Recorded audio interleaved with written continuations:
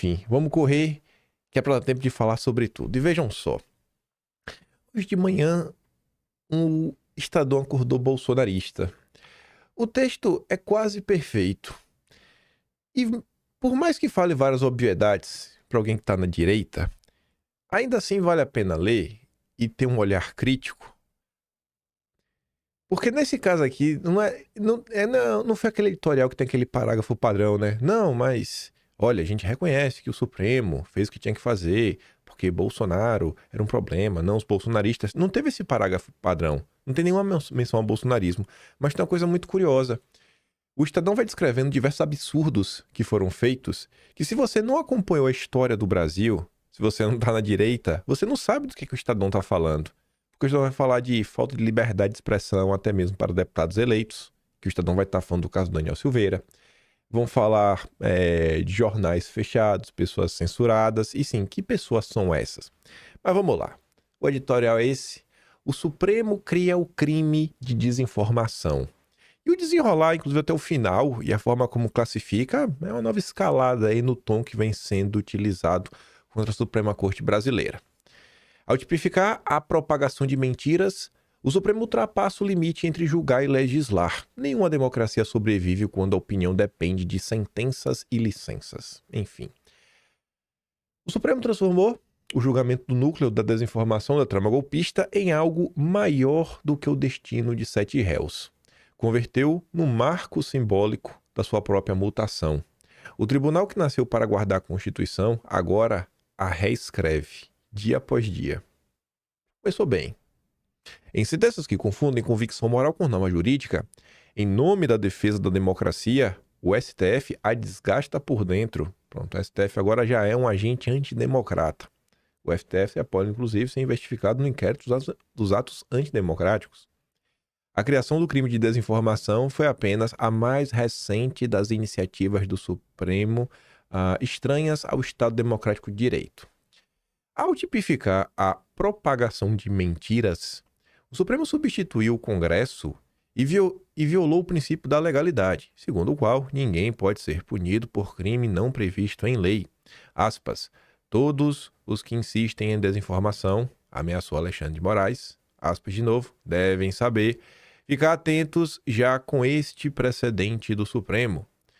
A Constituição, que deveria ser um aparato para conter o arbítrio, passou a ser manipulada como um instrumento para praticá-lo.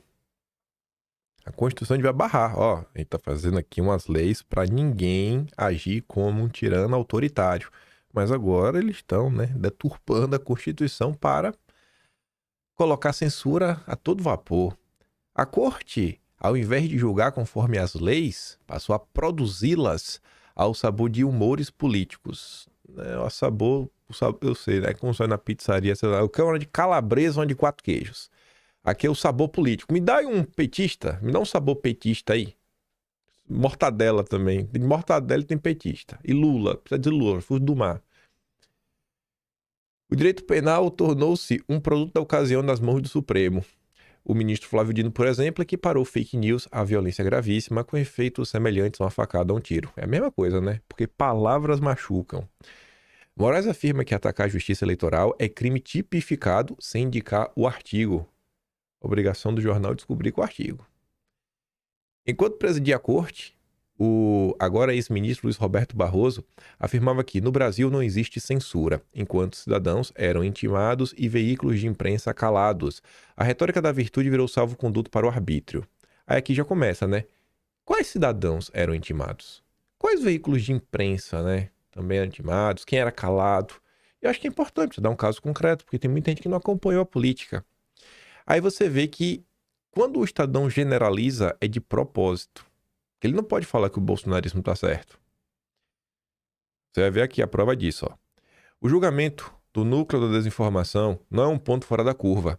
É o ápice de uma escalada. E veja agora, assim, vocês vão ver que nesses 2 parágrafos, a diferença nos tons é completamente absurdo. Em qual relação? Desde 2019, quando o Supremo instaurou o interminável inquérito das fake news, a Corte vem acumulando poderes sem controle. Primeiro, aí aqui não envolve o bolsonarismo, então eles vão citar o nome. Primeiro veio a censura à revista Cruz OE. Pronto. Cruzoé pode, porque é do consórcio, era do Mauro Sabino, Diogo Mainardi, aí pode. Depois seguiram-se de mútuo próprio as prisões preventivas, os bloqueios de contas, as remoções sumárias de postagem. De quem? Aí não cito o nome. Por quê? Porque é de bolsonarista. A imunidade parlamentar virou letra morta. Tá falando de quem? De bolsonarista, de Daniel Silveira. Então não cito o nome. Em 2024, bloqueou o Twitter e ameaçou todos os brasileiros com multas caso acessassem. Em 2025, reescreveu o Marco Civil da Internet, impondo às plataformas o dever de cuidado. A censura virou política pública terceirizada à iniciativa privada. Agora, com o crime de desinformação, o círculo se fecha. A crítica passou a ser a matéria penal. Aí no parágrafo seguinte, eles vão falar sobre como isso vai se espalhando pela justiça. E eles vão tratar de casos que não envolvem bolsonaristas. Será que o Estadão vai seguir a mesma métrica dos bolsonaristas, vai falar de forma generalizada ou vai especificar? A metástase já se espalha. O exemplo vem de cima. E os guardas da esquina aprenderam depressa. O humorista Léo Lins foi condenado por contar piadas. Ah, o Léo Lins você nomeou, né, por nome, porque não é bolsonarista. Uma magistrada do Rio ordenou a supressão de reportagem do Antagonista, que expõe informações sobre um colega que rejeitou um pedido de prisão preventiva de um criminoso reincidente. E por que vocês não falam dos portais da direita?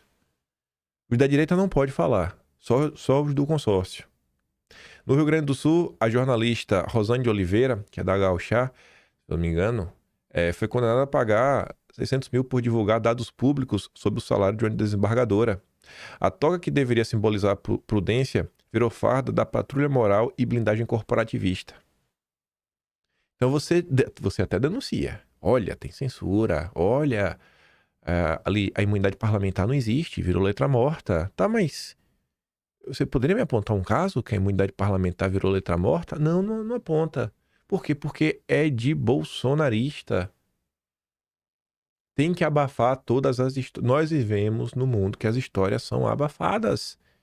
Porque a perseguição que vocês sofrem, que nós sofremos, que o nosso lado político sofre, ela não pode ser de conhecimento público. E aí vai para os finalmente. Os ministros parecem muitos ao espelho. Carmen Lúcia, que em 2015 proclamou orgulhosamente que o cala-boca já morreu, justificou em 2022, olha agora, a censura a um documentário como situação excepcionalíssima. Que documentário? De quem? Fala o nome! E aqui nem é bolsonarista, mas é tido como um veículo bem mais à direita e simpático a Bolsonaro. É o Brasil paralelo. Então, na hora de citar o Léo Lins, eles citam o Léo Lins. Na hora de citar o Antagonista, na hora de citar a Cruzoé, na hora de citar a Roseane. Agora, na hora de citar Brasil paralelo, uma empresa milionária, não pode citar o nome? Não pode citar? Isso aqui é um padrão que se repete ao longo do texto. Então, claramente, a gente está de uma situação... Pensa o seguinte... Imagina um país, né? Quando começa a aniquilar parte da população. Imagina o que aconteceu nos anos lá, né? Final de 1930, início dos anos 40. O que os alemães estavam fazendo lá, né? A turma do bigode. Assim, não, tem o pessoal lá que tá morrendo. Quem que tá morrendo lá, hein? Fala aí. O que tá acontecendo? Não pode falar. Não pode falar das perversidades que são feitas contra bolsonaristas. Moraes cria, investiga e julga os crimes que lhe vem à cabeça. Flávio Dino transforma a indignação em hermenêutica jurídica. Ah, tem outra coisa. Documentário. Nesse caso, eu acho que não caberia apenas falar que era um documentário da Brasil Paralelo. Eu acho que também era muito importante frisar que não foi também em 2022, mas durante o período eleitoral, porque isso tem uma diferença. 2022 é um ano longo. Você censurar uma coisa no início, ok. Você censurar no pico do período eleitoral é outra. Vocês vão concordar. E qual era o tema? Adélio Bispo. Então, assim, não é qualquer censura. Ao definir o que pode ou não ser dito, o Supremo assume o poder mais tentador e perigoso de todos, o poder de calar. Nenhuma democracia sobrevive quando a opinião depende de sentenças e licenças, e nenhum cidadão é livre quando o medo se torna a gramática do debate público. A autocensura é a mordaça mais eficiente e a mais covarde. A ofensiva do Supremo contra a liberdade de expressão pode não ter se dado pela via da violência, mas decisões judiciais convicções pessoais e a crença de que preservar a democracia justificaria restringi-la não são menos prejudiciais ao Estado Democrático de Direito. O tribunal que se proclama guardião da liberdade é hoje seu algoz mais ativo. E como todo poder que se imagina virtuoso não percebe que já se tornou o oposto do que dizia defender. Só falta agora o Estadão também compreender que não está do lado do Estado de Direito nem de nada. Está, inclusive, encobrindo tudo que vem sendo feito para tentar aniquilar um grupo político. Aí só que está falando de judiciário. O Fux é o relator da proposta, até votou, né, favorável. Agora me salta aos olhos, né, a Folha escolher só o Fux sozinho, sendo que já tem votos de diversos ministros extremamente simpáticos ao petismo. O Supremo tem maioria para permitir governantes a nomear parentes em cargos políticos. E o Ali diz, né, caraca, bicho, colocaram um Fux na foto da manchete. São canalhas ou não? Óbvio, né? Podia ter colocado, né, o plenário, porque não foi o Fux sozinho. Podia até colocar o placar, quem votou como. Mas o importante é queimar qualquer pessoa que possa ter uma identificação ou estar mais próximo do bolsonarismo que do petismo, vamos falar assim. Mas vamos lá. Antes de chegar na reunião, saiu agora de manhã, no dia de ontem, começou isso daqui. Bolsonaro é página virada para Trump. Avalia ex-embaixador dos Estados Unidos. Aqui eu não vou nem entrar no mérito da afirmação dele. O que me chama a atenção é exatamente quem está falando. E é importante saber. Muita gente ficou para discutir o mérito, mas é importante analisar quem está falando isso. Tem gente que está perguntando, esse cara sabe de nada, esse cara aí foi indicado pelo Obama, Partido Democrata. Gente, olha só, não é porque uma pessoa foi indicada pelo Obama que essa pessoa não vai saber o que está acontecendo em outra administração. Você acaba tendo contatos, né? E o senhor Thomas Shannon, e inclusive eu acho que foi a melhor manchete sobre o tema, tá ali, ó. Poder 360. Bolsonaro é página virada para Trump, diz lobista contratado pela AGU. Se você é um diplomata que trabalhou anos e você virou um lobista, cara, para você ser lobista, você tem que ter acesso político. Então, sabe, aí os argumentos, o cara é democrata, e aí, cara, não muda nada. Não muda nada ser democrata, não. Ninguém faz lobby assim à toa e de graça, né? Algum contato tem. Enfim, aí a Era comenta, né? Contratado pela AGU, diplomata aposentado, demonstra ter evidências. Independente disso, é importante você conhecer as pessoas, de onde elas vêm. E vocês vão entender porque eu coloquei, né? Lobista contratado pela AGU. Lobista. Porque isso é relevante e importante. Mas antes de falar do lobby, sabe onde é que o Thomas Shannon aparece? Brilhando, sabe? Assim, numa atuação sensacional. Junho de 2023. Lembra da Financial Times? A matéria que revelou ao mundo o golpe dado contra Bolsonaro, com apoio da CIA. A discreta campanha dos Estados Unidos para defender a eleição brasileira. Em meio a especulações generalizadas sobre a tentativa de golpe, o governo Biden pressionou políticos e generais a respeitarem o resultado. Quem é que está nessa matéria? O esforço começou, de acordo com o ex-alto funcionário do Departamento de Estado, Thomas, né? O apelido Thomas Shannon, com a visita do conselheiro de segurança do Biden, o Jake Sullivan, ao Brasil, em agosto de 2021. Um comunicado da embaixada diz que a visita reafirmou a relação estratégica de longa data entre Estados Unidos e o Brasil, mas Sullivan saiu do encontro com Bolsonaro preocupado, segundo Shannon. Shannon relembra uma visita de Mourão a Nova York para almoço privado com investidores em julho passado, enquanto as tensões aumentavam.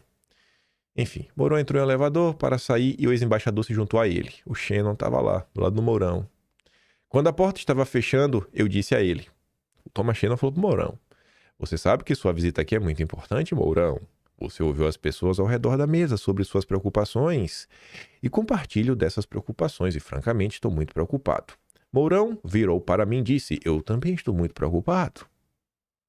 Isso depois foi publicado até pelo Guilherme Amado. Mourão negou ter dito a temer golpe de Bolsonaro, mas conversa teve testemunha. O Mourão rebateu, né? O Thomas Shannon tá viajando na maionese. Não tive a conversa isolada com ele. Teve ou não teve, Mourão?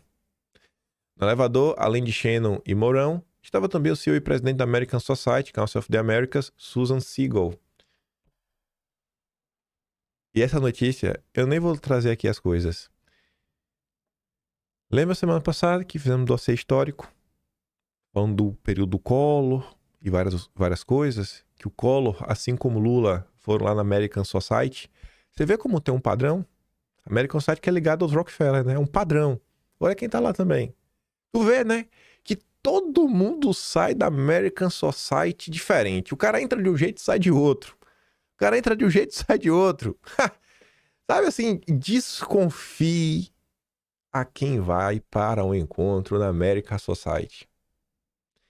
Se você não viu, só para mostrar aqui, porque vai que alguém chegou aqui agora e acha que isso aqui é relevante. Tá aqui aberto de forma relativamente fácil.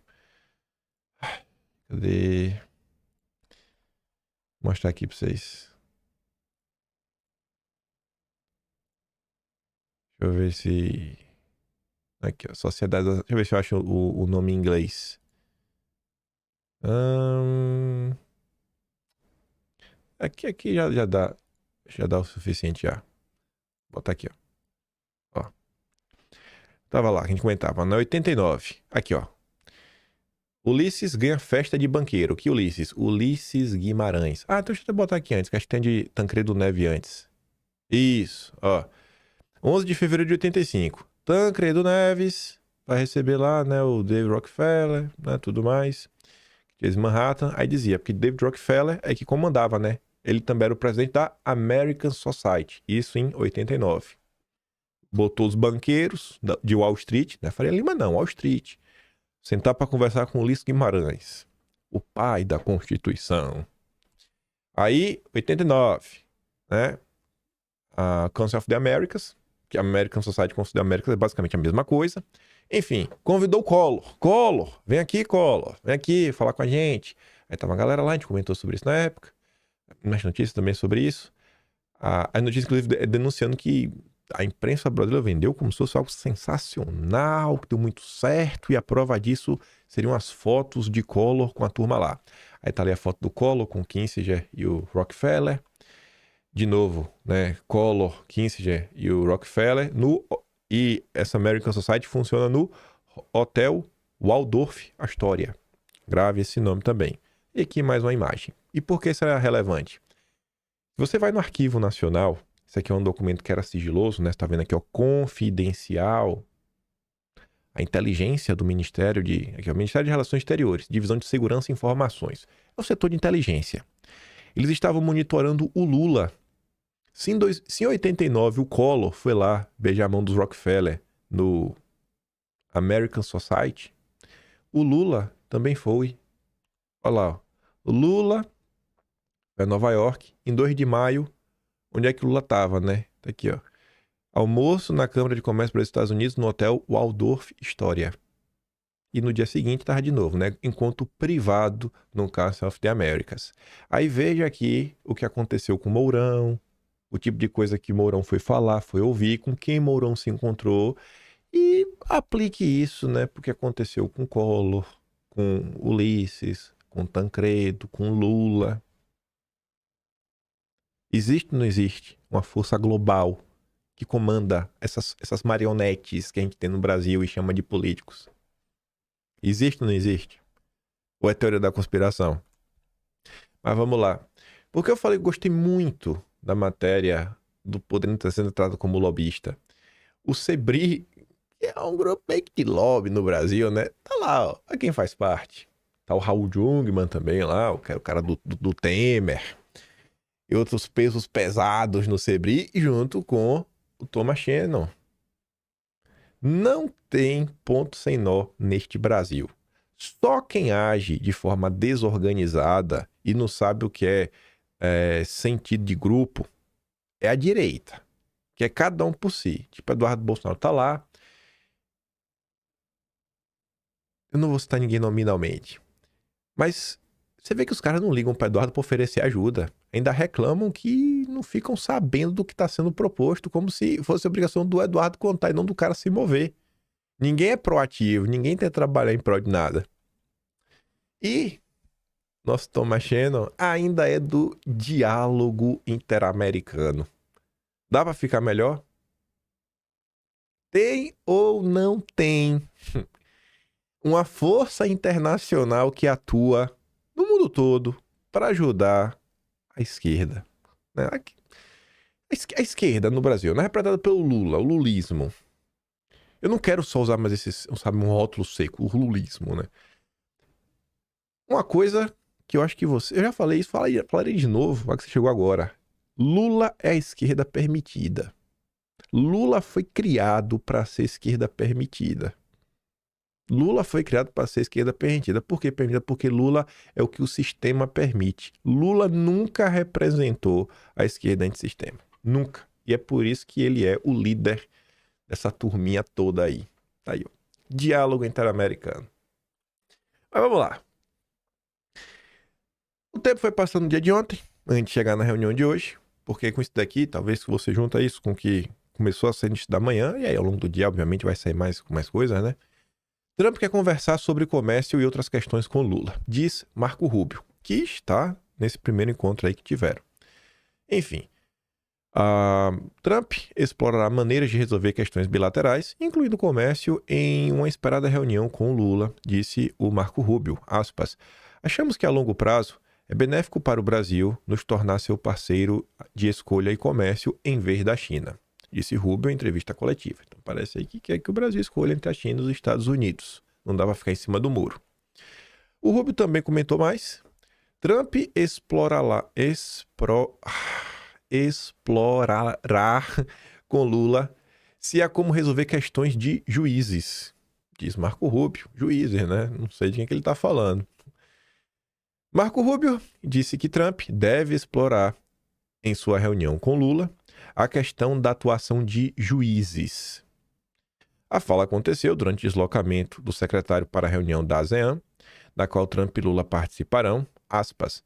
Obviamente temos alguns problemas com o Brasil, particularmente com a forma como eles têm tratado alguns de seus juízes. Com o setor digital nos Estados Unidos, com os indivíduos localizados nos Estados Unidos por meio de postagens nas redes sociais. Indivíduos. Indivíduos não são apenas cidadãos americanos, né? Teremos que lidar com isso também. Isso se tornou um problema em tudo isso. Mas o presidente vai explorar se há maneiras de resolver tudo isso porque achamos que será benéfico. Vai levar algum tempo. Então, tá vendo aí, né, que existe uma preocupação. E o Marco Rubio estava na reunião. Você vê aqui, ó. Olha aqui, ó. Rubio, o Bessent, o Trump, aí tá aqui o Lula, Mauro Vieira, esses dois aqui, tá lá direto, que é do Itamaraty. Frente a frente, Lula e Trump conversam agora sobre tarifas na Malásia. Aí eu trouxe 3 matérias reportando a mesma coisa. E eu vou falar a que eu achei que tá mais precisa. Vou falar a que eu achei que tá mais precisa. Pegando essa primeira aqui da CNN, quando eu peguei a imagem. Lula e Trump se reúnem na Malásia em meio a tarifaço. Essa foi a primeira reunião presencial agendada entre os dois presidentes e durou em torno de 50 minutos. É uma grande honra estar com o presidente do Brasil. É um grande país, eles estão indo muito bem, até onde eu sei. Tá mal informado, Trump. Tá indo bem, não. Em uma rápida declaração à imprensa, o Trump disse: vamos chegar a uma conclusão rápida sobre as tarifas. Ao ser questionado sobre a relação com o Bolsonaro, Trump disse que sempre teve uma boa relação com o ex-presidente, mas que o tema não seria tratado na sua reunião com Lula. Não foi bem isso. Não foi bem isso. Sempre gostei dele. Me sinto muito mal pelo que aconteceu com ele. Sempre achei que ele era um cara honesto, mas ele já passou por muita coisa. Você vê que também não faz muito sentido, né? Já passou por muita coisa e repete de novo esse termo. Aí, isso em inglês, meio que eu não... Essa parte eu não encontrei em inglês. Aí eu fui ler o que saiu na Veja. O único recado de Trump sobre Bolsonaro antes da reunião com Lula na Malásia. Então, o que foi antes da reunião. Ou depois da reunião mesmo, todo o briefing, o que os Estados Unidos vai falar, o que o governo americano vai falar, ainda não, pelo menos, não tinha sido publicado quando eu fechei o vídeo. Enfim, antes do encontro, Trump quebrou o silêncio com um único comentário. O americano disse que se sente mal por Bolsonaro, sempre gostei dele, me sinto mal, ele está passando por momentos ruins, Perguntado por uma jornalista se o tema faria parte da pauta, ele respondeu: isso não lhe interessa. A CNN está dizendo, né? O tema não seria tratado. Aqui ela está falando: isso não lhe interessa. Em inglês, tá basicamente: it's not your business. Né? Não é do seu business, né? Assim, isso aqui não faz parte do seu serviço, irmão, não te interessa. É basicamente isso. Essa tradução da Veja tá melhor. A Globo fez até uma matéria ok. Vamos chegar a um acordo. Promete Trump sobre negociações com o Brasil. Questionados, os Estados Unidos reduziriam as tarifas, Trump indicou. Vamos discutir isso por um tempo, sabemos o que cada um quer. É uma grande honra estar compreendendo o Brasil, um grande país, é um país grande e lindo. Acho que conseguiremos fechar alguns bons acordos, como temos conversado, e acho que acabaremos tendo um ótimo relacionamento, ressaltou Trump. Trump elogiou Bolsonaro, condenado pela trama golpista na frente de Lula. A Globo foi o único que falou isso, que elogiou o Bolsonaro na frente do Lula. Só a Globo falou sobre isso. Fiquei até surpreso. Sempre gostei dele, me sinto muito mal pelo que aconteceu com ele. Sempre achei que ele era direto, mas ele passou por muita coisa. Aí tá vendo, né? Já tá meio diferente da tradução da CNN também. Contudo, quando perguntaram se ele discutiria a de Bolsonaro com o petista, ele respondeu: não é da sua conta. Aí você vê, a CNN disse: não, o tema não vai ser. Não vai ser. Então, assim, você vê que a nota da CNN tá ruim. Tanto a da Veja, isso não lhe interessa, e a da Globo, que é não é da sua conta. O não é da sua conta, acho que é o melhorzinho. E aí? Esperar o dia pra gente ver como é que vai ser. Além de Bolsonaro, foi questionado se havia algo que o Brasil poderia oferecer para melhorar as relações com os Estados Unidos. Provavelmente saberemos em 15 minutos. Eles podem oferecer muito e nós podemos oferecer muito, né? Reforçou. Falou e não falou nada. Aí tem que esperar aí as notas de bastidor, o que o Jamil Chad deve falar amanhã pelo parte do governo Lula, né? Vai sair com certeza do Jamil Chad alguma coisa, isso aqui ainda de ontem ainda, calma. E ver as notas oficiais. E a fofoca também, né? Ver o que a turma vai falar. Mas tá aí os primeiros lances da madrugada enquanto vocês dormiam. Flautista de Genebra veio falar o seguinte: Trump usa narcos para redesenhar o mapa político da América Latina. Quando o maior porta-aviões do mundo ancora nas costas da América do Sul, o sinal está dado. O governo Trump articula uma operação para redesenhar o mapa político do hemisfério. Quem está falando isso daqui é um defensor, né, do Maduro. O objetivo não é o combate ao crime. O fenômeno, ainda que absolutamente criminoso para a democracia latino-americana, é apenas o pretexto para que a Casa Branca retome sua hegemonia na região e dite o destino latino-americano. E eu acho que a administração Trump, ela realmente está focada em restabelecer a sua hegemonia na América. Não vai se preocupar em mandar e desmandar na Europa, mas vai querer, a gente tem que, nossas relações de amizade tem que ficar um pouco mais favorável para os Estados Unidos. É o primeiro discurso do Vance, quando ele vai lá, a primeira missão, aquele discurso em Munique, ele cobra, inclusive, que, a gente vai continuar botando dinheiro na OTAN, mas vocês têm que começar a colocar o orçamento de vocês, né, assim, em pauta e discutir essas questões. A gente vai começar a cobrar, né? Não vai poder ficar defendendo vocês de graça para sempre. E eu acho que a questão mais na Ásia, muito distante geograficamente dos Estados Unidos, não vai ser por hora nenhuma prioridade assim central. É só manter as coisas minimamente, sei lá, na calmaria. É resolver os problemas internos que está acontecendo e a briga tá gigante lá dentro. Você vê a própria questão do Trump versus o Soros e algumas coisas que aconteceram nos últimos dias por lá. Não sei se vocês estão acompanhando, não cheguei a me aprofundar aqui em vídeo. Aí tem isso, vai ter eleições de midterm no ano que vem, economia, né, segurança nacional. Depois, com certeza aí América como um todo, né, América do Norte, Centro e Sul, eu acho que está na ordem do dia do governo Trump. Enfim, em apenas 9 meses, e eu até falei sobre isso, Trump desmontou a aproximação do Panamá aos chineses, criou um protetorado econômico na Argentina, acertou alianças com Suriname, com o Paraguai, com o Peru, com o Equador, a vitória de um candidato de direita na Bolívia, encerrando a onda de 20 anos de governo de esquerda no país, e a perspectiva da eleição de um aliado no Chile completam o mapa. O cara está focado. 9 meses. 9 meses e olha a virada de mesa da direita na América. Nas Américas. Mas o mapa desenhado na Casa Branca para a região precisa necessariamente passar por um desmonte dos governos da Venezuela e da Colômbia. Caracas, em específico, não é apenas um foco de dissidência para Trump. O governo do Maduro é um obstáculo para os planos norte-americanos na região. A percepção é de que, enquanto o regime bolivariano existir, russos e chineses continuarão com sua influência no quintal americano. Enquanto Maduro existir, haverá uma mobilização anti-imperialista. Ironicamente, a Venezuela também era considerada como uma peça fundamental para o projeto do Lula. Ironicamente, né? É muito irônico, né, Jamil? Nossa, como é irônico. Lula considerava a Venezuela a parte importante. Na avaliação do Planalto, Maduro dividia opiniões de tal forma que impedia consensos entre governos latino-americanos. Lula, então, tentou apostar em eleições que seriam capazes de virar a página, mas foi traído pelo Maduro. Oh, meu Deus, Maduro traiu Lula. Foi sim. Hoje é numa mesa no Salão Oval que está sendo operada a reengenharia da América Latina. Uma vez mais com suas veias abertas e ameaçadas de viver mais uma hegemonia da esperança. Desculpa, hemorragia da esperança. A CNN também comentou sobre isso daí. Tá ali, ó. Estados Unidos buscam retomar hegemonia sobre países latino-americanos. Né? Tá todo mundo vendo, tá todo mundo observando. Vamos falar aqui sobre o caso da nossa querida Venezuela, com Pedro Maduro. Escute só. Qual é o limite e onde é que você enxerga alguma reação do Congresso, inclusive de republicanos, a esse avanço de Trump?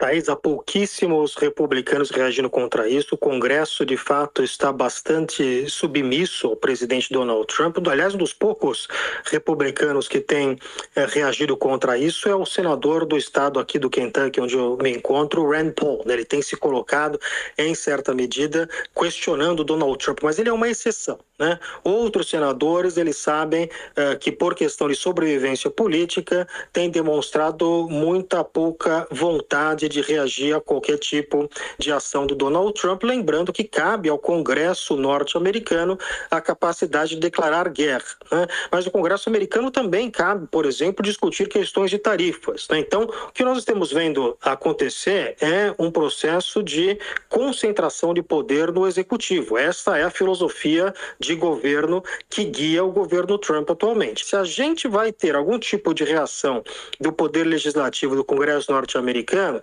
não vai ser agora, vai ser daqui a um ano, a depender do resultado das eleições de meio de mandato, né? As pesquisas tendem a indicar uma perda de controle do Partido Republicano. Esse seria a única ferramenta que traria algum tipo de contrapeso ao Donald Trump. Tirando isso, a gente vai ter um governo que vai, pelo contrário, se aproveitar muito enquanto estiver maioria tanto no Senado quanto no Congresso, que é o cenário atual, para poder contar com um Congresso norte-americano bastante submisso. Eu não gosto desses termos da imprensa, sabe? É safadeza no final do dia.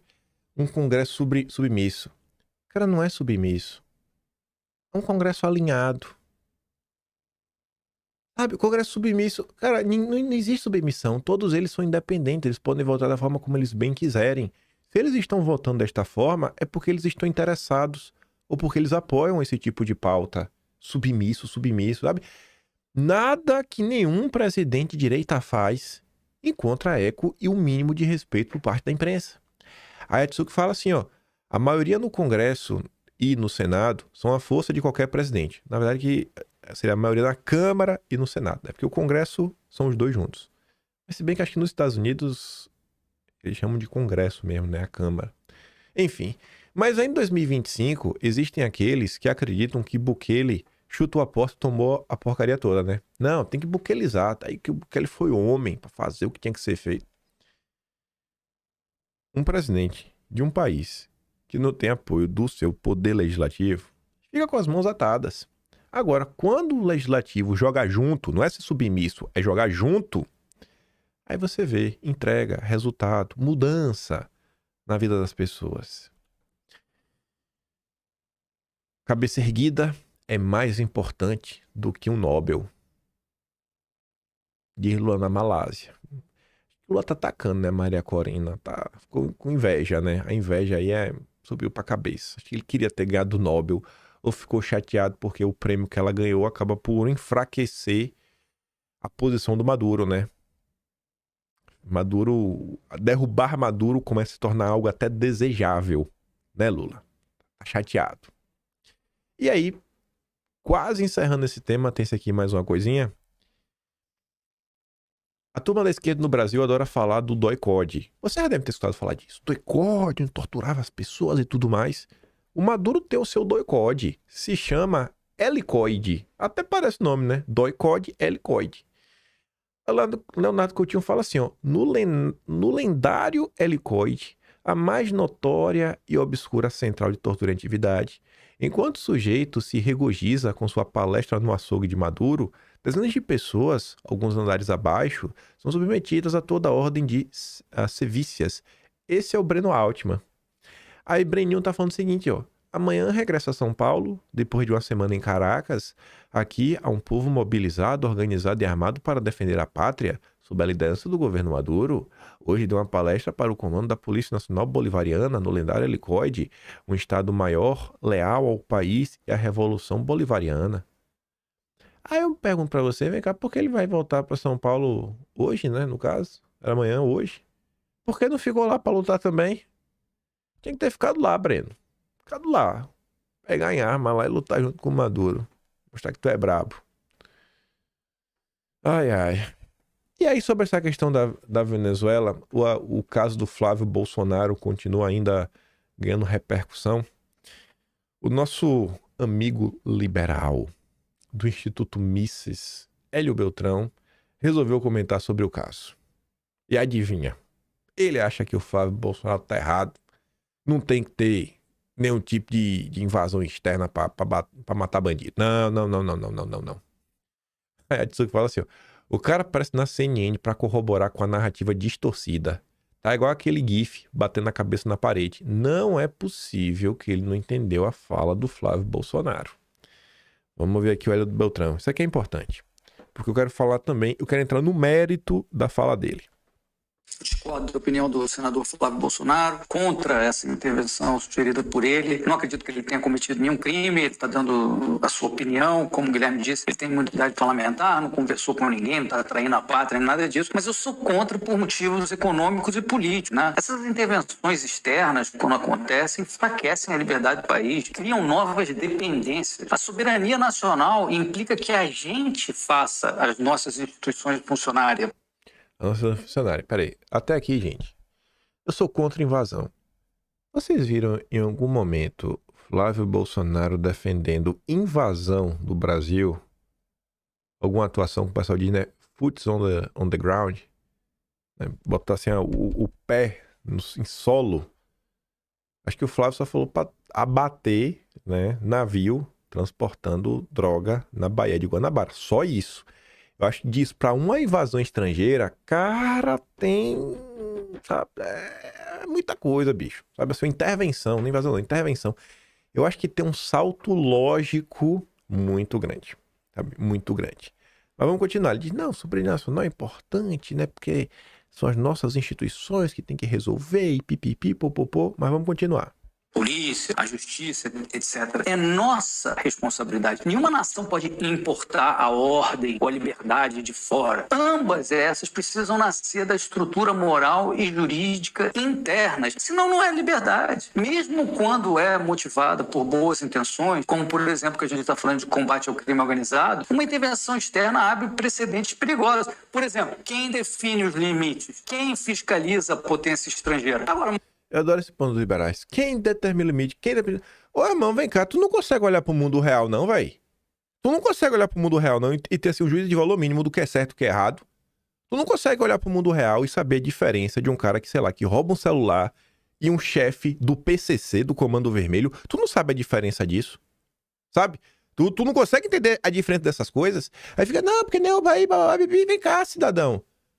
Tu lembra o que aconteceu aí no mundo? Alguns anos atrás, lá na Alemanha? Foi como que resolveu? Foram os alemães, foi? Que resolveram? Foi lá derrubaram lá o bigode? Ah, vamos aqui derrubar o bigode. Foi, e aí? Tá fumando bosta um cara desse aí, rapaz. Não é possível coisa dessa. É um papo de maluco. Aí você vê que a primeira preocupação dele é assim, não, é o aspecto... Ele primeiro fala do problema econômico que esse tipo de intervenção traz, aí depois ele fala de outro. Ou seja, a primeira coisa que vem na cabeça dele, talvez eu vou perder dinheiro, talvez o dólar pode subir, e aí eu não tô com todo o meu patrimônio dolarizado, as ações que eu tenho na Bolsa de Valores, na B3, meu Deus, não, peraí, não faça isso, sabe? É só pobre que tá morrendo, é só pobre que tá aí sendo, né, abatido, vivendo em região favelizada, determinado pelo tráfico. Não, fica de boa, meu carro... Cara, relaxa aí, irmão. Relaxa aí que tá de boa, pô. É só sair com o carro blindado, igual eu saio. Não dá, pô. Por isso que o Brasil não vai pra frente, assim, e pessoas letradas. Aí para e pensa assim, não, a soberania nacional e tudo mais. Vem cá, quando a gente tá diante de uma situação, vamos pegar a Venezuela. Você vê que... Vamos pegar melhor. Venezuela não, vamos pegar a Colômbia. Você vê que você tem, às vezes, um governo que... Não é que o governo é anuente, é como se o governo quase que trabalhasse com a galera que produz drogas, né? E defende ainda. Não, você não pode... Como o Pedro falou, né? Você não pode falar que esse pessoal aí que tá transportando é traficante. Eles são trabalhadores do tráfico. Eles não estão traficando, é diferente. Porque a sociedade não deu chance pra eles. Sabe, vem cá, é um governo desse que o governo quer trabalhar, quer dizer, quer não, trabalha de lado a lado. Vamos voltar. Vai fazer como, cara? Porque ele vai falar de cooperação. Ó, vamos lá. Coisa bem diferente de uma intervenção é a cooperação voluntária entre dois países livres com um objetivo comum, por exemplo, o objetivo de combater o crime organizado. O Guilherme mencionou sobre isso. E é engraçado, ele fala assim, né, irmão? Não, dois países livres. Que liberdade que tem em alguns países? Eu acho que já tem alguns países por aí que liberdade não tem nenhuma. Eu tô propagando fake news ou tô jogando demais pra torcida quando eu relembro que já saiu, por exemplo, no Estadão, diversas matérias sobre como o PCC já se infiltrou do mercado financeiro à política brasileira? E aí, Beltrão?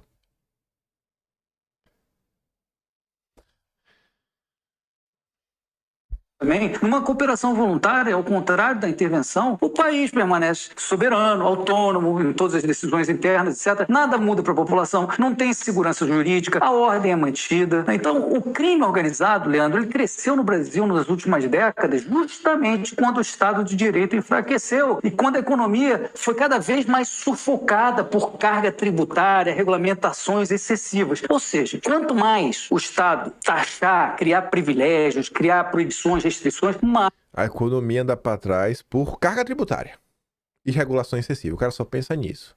Sabe, o cara não consegue talvez nem enxergar que tem realmente um movimento orquestrado ou talvez o projeto econômico é fracassado. O projeto econômico que vem com FHC, do nosso grande tripé macroeconômico, sabe? Junto com todo o processo de desindustrialização. Da mesma forma que ele fala de várias regulamentações, também tiveram várias coisas que foram desregulamentadas, mas você desregulamentou algumas coisas que no final do dia você tirou a proteção que os pequenos e médios empresários tinham contra os grandes. Então, assim, é um reducionismo bobo que eu fico me perguntando, né? Rapaz, como é que pode uma coisa dessa, velho? Isso porque tá do nosso lado, viu? Esse daí é o liberal mais fraco que tem. Os contraventores aparecem para dar um jeito nisso. E eu não estou falando só de droga, não. Hoje o crime lucra ainda mais com combustível, com bebida, com cigarro. As drogas, embora sejam cada vez mais consumidas, etc., só representam uns 15% da receita do crime, como falam por aí. Bebidas ao... Deixa eu falar uma coisa pra tu, cidadão. Saiu uma notícia, algumas, no Lauro Jardim, falando o seguinte: refinaria refina mais do que a sua própria capacidade. E não refinou assim 10, 20% a mais, não. Foi o dobro. Aí, ao mesmo tempo, vem uma denúncia sobre essa refinaria, que ela deve muito, devedora quanto mais. E também até roda, nesse escândalo, até o PCC no meio. E notícias que, por exemplo, que essa refinaria está comprando petróleo da Rússia. Né? Comprando gás da Rússia. Aí fica perguntando, será que ela realmente tá refinando? Ela refinou o dobro ou ela comprou gasolina, sei lá, às vezes da Rússia? E disse que... E para não falar que comprou da Rússia, ela falou, não, eu comprei petróleo bruto, eu refinei. Na verdade, já veio pronto. E aí você usa a refinaria só pra funcionar com uma espécie de lavanderia. A refinaria é uma lavanderia. Pra pegar uma gasolina que, sem tese, não deveria vender. Não tem assim, né? Você pode vender à vontade. É só porque, às vezes, está sancionado internacionalmente. Assim, o cara cria um cenário pra descrever que não condiz com nada. É uma cegueira que eu só consigo achar que é deliberado. Eu não quero nem mais continuar. Ainda tem mais 30 segundos aqui de lorota.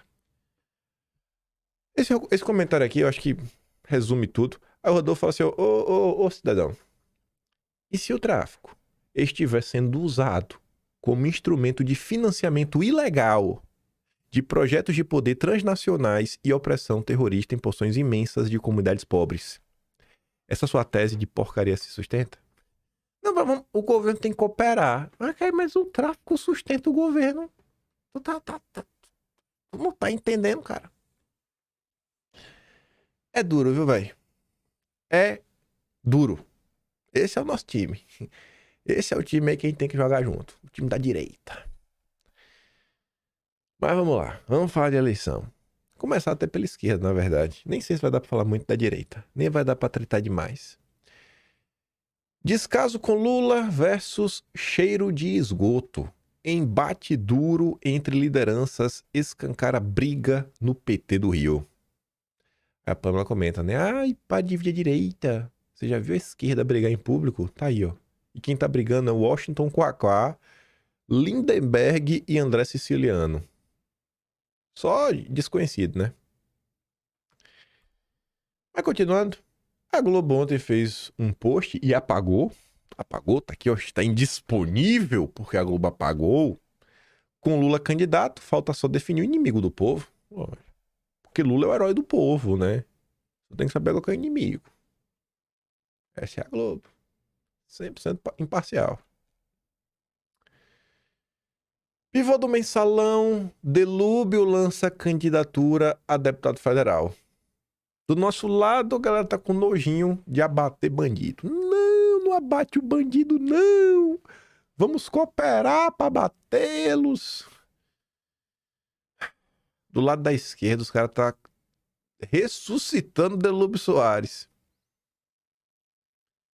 Precisa explicar mais alguma coisa? Não, a esquerda é realmente assim, velho, não tem pudor de nada. Só vai e vai de novo. Aí sai da esquerda, pra chegar na direita tem que passar pelo central, né? Se bem que o Ciro Nogueira é direita, sem direita. O Estadão fez uma matéria sobre a JBS e o Ciro Nogueira nem tava nesse evento agora da Indonésia, mas tá ali, ó. Viagem de Lula na Indonésia, tem negócios da JBS com os irmãos Batista. Tem muita coisa ali, tem até alguns acordos que foram feitos. E aí colocaram a foto com o Ciro Nogueira, né? A Pano até comenta, Ciro Nogueira não estava na viagem, mas aparecer na rede da matéria é o que dá, né? Ficar circulando aí no núcleo do Lula. Tá tão próximo do PT que estão lá, bota aí, velho. Bota aí o Ciro Nogueira junto com os irmãos Batista. Aí, o Ciro apareceu na imprensa ontem, falando do Lula. Olha a oposição. Olha o homem que disse que o foco do Brasil é derrotar o PT. Lula é avião que está voando sozinho, mas voa abaixo, disse Ciro Nogueira. Isso parece a fala de algum opositor. É quase um elogio. O cara é um avião. Ciro Nogueira disse que Lula é um avião que está voando sozinho, mas que voa abaixo, nas projeções eleitorais para o ano que vem. Ciro comentou ainda sobre a recente escalada de tensão entre Estados Unidos e Venezuela e disse esperar que nenhuma intervenção ocorra no país comandado pelo Maduro. Está sempre sendo alinhado ao Beltrão. Mas eu não vou negar para vocês, e essa é uma opinião minha pessoal, que chegou a hora do povo da Venezuela tirar esse ditador do poder. E espero que o próprio exército faça isso. Vai.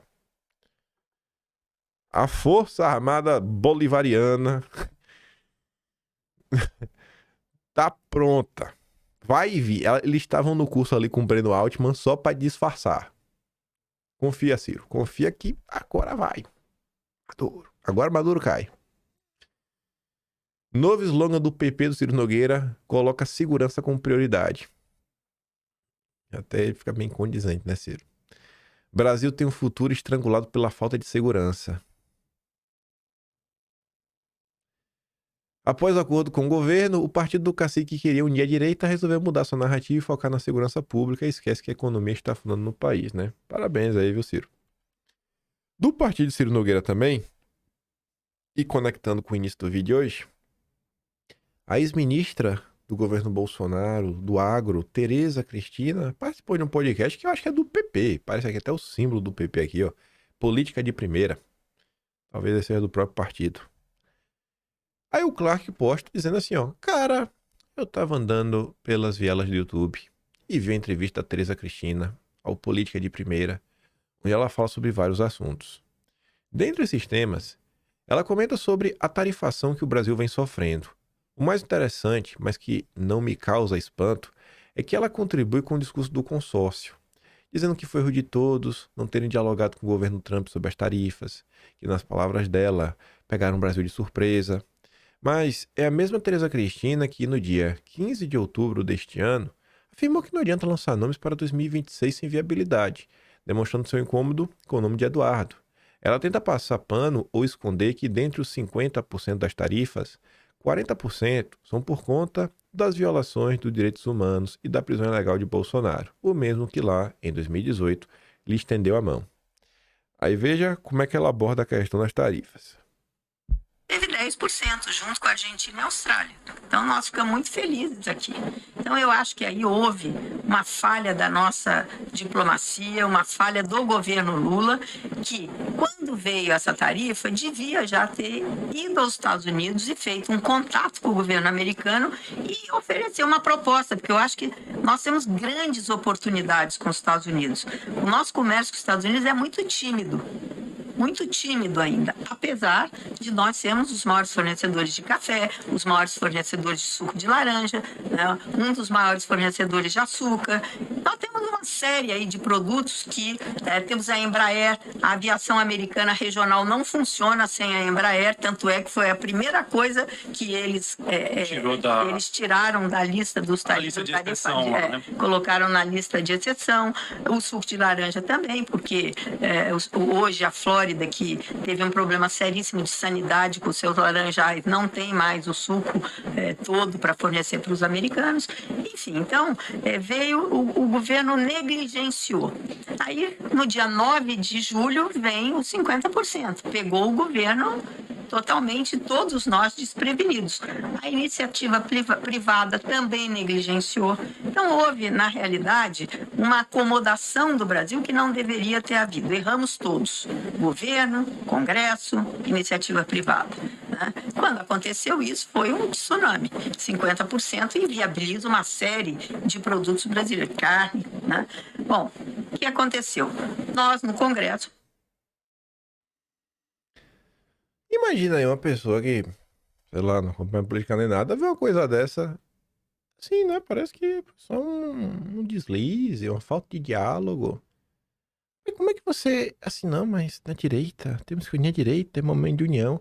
A pessoa não consegue entrar no mérito da violação dos direitos humanos. Não consegue.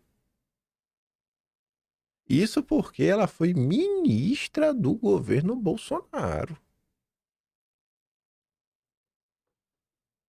Parabéns, Tereza.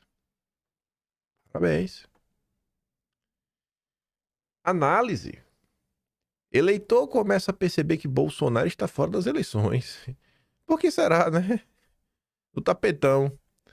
Aí o Carlos comenta, os caras, ao invés de defenderem um homem que está preso ilegalmente, sendo torturado todos os dias, tendo suas redes sociais impedidas de comunicar com o povo, assim como proibido de visitar o presidente do partido, sabe, de forma metódica, censurado e sendo, né, morto a conta-gotas, tendo suas liberdades impedidas e tudo que se sabe todos os dias, o sujeito aborda de uma forma que até mesmo os caras que usaram o seu nome para chegar até aqui trabalham diariamente, né, para acontecer. Os violentados insistindo em chegar no fundo do poço, crendo que vivem na democracia.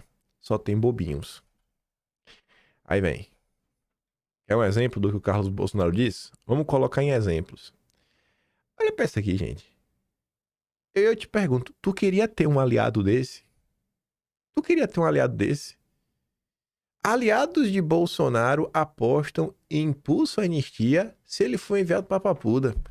Entenda como isso é bom. Entenda por que ir para a Papuda é bom. Isso quem é os teus aliados, viu? Eles tentam chegar 2 pontos positivos e ir para a Papuda. Olha só, Jair. Os teus aliados tem coisa boa, pô. O segundo até melhor. O primeiro é a crença que, assim que sua prisão for confirmada, que pode acontecer na semana que vem, o apoio popular de anistia subirá, especialmente se ele for pra Papuda. Tá vendo aí, Jair? Vamos aqui então, né, gente? Ficar na torcida. Vai, Xandão! Manda o Jair pra Papuda, né? Porque isso vai ser bom. Os aliados de Bolsonaro que estão falando aqui, né? Olha o que os aliados de Bolsonaro estão falando. Aliados! E aí vem melhor. O segundo ponto é a constatação. Olha como o Jair é sortudo. Por ele estar incomunicável, ele, pelo menos, não corre o risco de piorar a sua condição. Com declarações impensadas como pensa fazer. Bolsonaro, estamos te censurando em teu bem. É muito aliado, bicho. É muito aliado. É muito aliado. Ninguém mexe uma palha. Uma palha ninguém mexe. Podia estar usando a imprensa para denunciar o que está acontecendo. Não, entenda como isso é bom. Aí a gente comentou aqui da Pantera Cor-de-Rosa ontem, né? Quem inventou essa teoria que o Fux vai conseguir deixar Bolsonaro elegível? Aí o Vilimigo comenta, Faria Lima já decretou que não quer Bolsonaro elegível. Pantera Cor-de-Rosa, sou interlocutor da voz dos rentistas do mercado financeiro. E o Carlos responde dizendo, tudo é só coincidência. Vamos tomar os eleitores do Bozo sem perder o apoio do Bozo. E por aí vai. Esse cara não foi levantado pelo Deus da democracia à toa. É, né? O grande Rafael Ferri conseguiu que Xandão autorizasse que ele entrevistasse o Jair. Aí, falando de escolar do Bozo, né? Sem perder os apoiadores do Bozo, o senhor Romeu Zema, que acha do Partido Novo, né? Foi no Flow Podcast. E adivinha? Mais um recorde aqui do Clark. Botou assim, ó. O Igor pergunta e provoca o Zema sobre Bolsonaro. Falando o fato de Bolsonaro ter questionado as urnas. Aí o Zema, como bom e fiel político do Novo, responde dizendo o seguinte, estamos sujeitos a erros, mas não critica a lisura das eleições, consequentemente das urnas. Em suma, ele quis dizer que Bolsonaro errou a fazer tal questionamento. O pior é o seguinte, o Igor coloca uma mentira na mesa. Ele distorce coisas. E o Zema sequer tem a hombridade de usar esse episódio para ajudar, não sei, a politizar as pessoas sobre o que aconteceu no Brasil. Não, ele dobra a meta e abraça a narrativa. Isso é o Partido Novo. Como é que eu vi, né? Senhor Romeu Zema. 2022, tinha todo um papo ali que tinha a ver com urna eletrônica. Urna eletrônica isso, urna eletrônica aquilo. Vou chamar o exército para auditar. Tinha um sentimento de, pelo menos do lado bolsonarista, de, não sei não, hein? Urna eletrônica. Gente, isso aqui começou em 2018. Vocês que acompanham essa pauta. Quem começa essa pauta? É o Brizola, do PDT. Quantas vezes isso foi aprovado ao longo da história? Inclusive o pessoal falava que Bolsonaro não conseguia aprovar projeto nenhum na Câmara. Bolsonaro aprovou, não, um projeto em torno disso, quando ainda era deputado. Isso sempre foi uma pauta da direita. Vocês que acompanharam isso daí, vocês lembram que em 2020, quando ainda estava se pensando como seria a eleição da presidência da Câmara entre Baleia Rossi e Arthur Lira, já estava na mesa a questão de tentar tramitar com a pauta. E que isso fez parte do acordo. E criaram a comissão especial. Aí teve aquela intervenção suprema. Mas ainda assim foi colocado para votar. Então assim, isso é uma coisa, em 2022... O Igor fica falando de uma forma como se fosse uma pauta criada em 2022 só para tumultuar. Como se não fizesse parte de uma luta histórica da direita. Você não vê que ao longo do comentário dele, como ter deixado isso claro era essencial. Mas o Zema não fez isso. Mas vamos continuar. Ele meio que alimentou isso. No final do ano, para não passar a faixa pro Lula, ele foi para os Estados Unidos, ficou lá, e a gente tem logo no começo do ano, já alimentado por toda aquela galera, pela aquela movimentação de estar de frente, na frente dos quartéis, lá pedindo intervenção, não sei o quê, eles vão e tentam fazer alguma coisa. Então, cara, eu diria que existe um certo tipo de responsabilidade no ponto que dava pra ter pedido pra galera ir embora pra casa. Olha só, Bolsonaro é responsável. É a tese do Supremo. Mas assim, por que Bolsonaro é responsável? Ele é pai de todo mundo que tá ali, ele convocou as pessoas pra ir pra frente dos quartéis e mais. Ele poderia ter mandado o povo pra casa. Bolsonaro mandou. Na sua última live, ainda no Brasil, Bolsonaro mandou. Falou que o Brasil não ia acabar. Que ele tentou. Que era da gente começar a organizar a oposição. Ele mandou. Ele falou. Então, assim, é narrativa atrás de narrativa com mentiras. Vamos chegar na parte do Zema. Não acender ou, né, eu acho que a gente deveria ter a possibilidade de debater e falar sobre e discutir qualquer assunto, inclusive urna eletrônica, né? Mas a intenção, no fim, chamar diplomatas para falar de urna eletrônica, não sei o que, tudo tem o efeito de inflamar a população. Inflamar não é de informar? Porque a comunidade internacional, como ficou provado e está no início do vídeo, inclusive o governo dos Estados Unidos, a CIA, atuou no Brasil em 2022. Então você fazer isso daí é você, inclusive, passar uma mensagem que, cara, e tentar trazer uma pressão externa para que o Brasil tente se aprimorar. O Igor segue tentando criminalizar, distorcendo o que aconteceu. E ele vai passar a palavra para o Romeu Zema, do Partido Novo, que tá na coleirinha do Deltan. Vamos ver o mais um. Os eleitores para tentarem fazer alguma coisa no caso de um revés. Que, inclusive, Bolsonaro fez tudo isso para os eleitores estarem prontos para um revés, caso perca a eleição. Olha que safadeza. É o sistema que o elegeu muitas vezes, e o elegeu presidente também. Então, não estou dizendo que é impossível que haja fraude, mas ele estava eleito presidente. Eu te dou toda a razão nisso aí. Não tem... Eu te dou toda a razão nisso aí, toda essa mentira.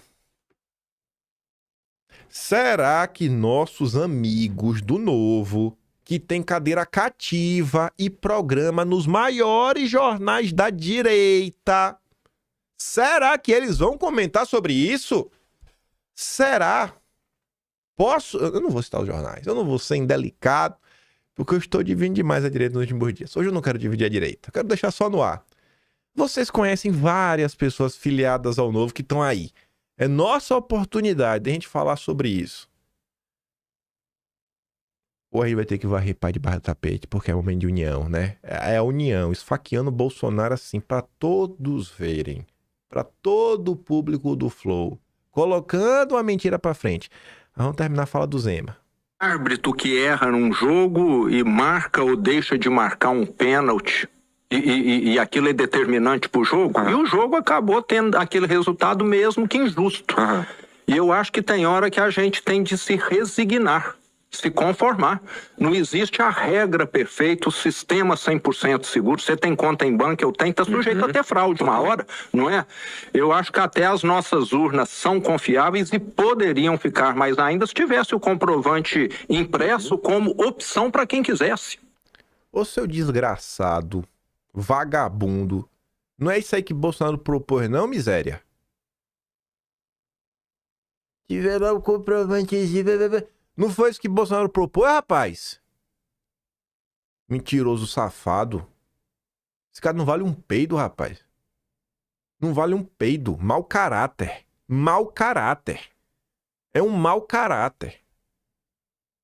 Não se salva um, bicho, no Partido Novo. Não se salva um. É pior que o PT. Porque o PT, eu nunca vi uma pessoa de direita tomar raiva de Bolsonaro porque o PT falou alguma coisa. Agora, o que teve de gente que fica aí de maledicência, de mentira e jogando contra, maluco das ideias, porque gente do Partido Novo fica falando mentira, aí não tá no gibi. O Novo é pior que o PT. Me apontem uma pessoa de direita que deu pra ruim porque alguém do PT falou alguma coisa. Mas do Novo vocês sabem, vocês enxergam. O PT é menos pior que... O Novo é pior que o PT. O Novo causa mais mal que o PT. Eu desafio alguém me mostrar isso daí. Pra direita bolsonarista, o Novo causa muito mais mal do que o PT, com esse tipo de mentira. Porque o povo enxerga que é um aliado. E se um aliado tá falando, então realmente o Bolsonaro tá errado, né? O Bolsonaro é um safado. Um safado, um desgraçado. Eu quero terminar o vídeo de um jeito pra vocês verem que o Novo é pior que o PT. O Novo é pior que o PT e eu provo. Aqui eu falo e aqui eu provo. Veja o que a Gleisi Hoffmann fala de Bolsonaro e compare a fala da Gleisi e a fala do Zema. Vê quem destrata Bolsonaro. É claro que o Bolsonaro é muito carismático, ele falava coisas que a população queria ouvir, ele falava coisas que eu queria ouvir. Bolsonaro é uma liderança, tá? Você pode não gostar, eu posso não gostar, mas ele é um líder. Ele consegue mobilizar o sentimento popular. Isso é um líder. Isso, é verdade. É diferente. Por exemplo, eu diria, tem Lula que consegue fazer isso, tem ele. Não tem outro. Não tem. Que consiga mobilizar desse jeito. O que pode ser um problema para a nossa democracia nos próximos anos também. Pode ser, mas porque líderes você não determina, né? Eu sei. Nasce da pessoa, do jeito. Não. A Gleisi consegue reconhecer a liderança de Bolsonaro. O Zema não. O Zema, inclusive, tem outro corte do Clark. O Zema falou, não, é bom aqui a gente tem vários nomes. Você esquece Bolsonaro, temos vários nomes, vamos aqui fazer, né? Como, se você tem empresa, só depende de uma pessoa só, é ruim, tem que depender de várias pessoas. O Novo é pior que o PT. E eu provo. Tinha uma mãe coisa pra gente falar da direita. Mas tá aí. Durma com o Novo, vá lá. O inimigo do meu inimigo é meu amigo, é o Marcelo Van Hatten. Vai lá, vai, pega o Novo aí. No dia que eu ver alguém do Novo de caráter rebatendo esse tipo de fala do Zema, eu nunca vi ninguém do Novo rebater o Zema, eu nunca vi ninguém do Novo rebater o Felipe Dávila, que estava essa semana agora também de maledicência com o Jair. O Felipe Dávila ironizou a prisão de Bolsonaro. Ninguém do Novo falou nada. Mas não, ninguém da direita, ninguém da direita, ninguém da direita. Pô, essa direita é um bando de bocó. Tô aqui, vários aí votaram no PT. Só mudou de lado assim e continua bocó. E não tá vendo aí sendo passado pra trás, sendo feito de besta. Eu vou ficar por aqui, que eu tô nervoso já. Igual no trabalhinho. Queria estudar um pouco mais. Você já sabe, né? Depois tá membro, tem um plano Valeu Pay, tem um Atlas, kimpen.com.br. E é isso. Eu vejo vocês amanhã. E fiquem com aquele grande beijo. Abraço, tamo juntos. Valeu, meus amigos.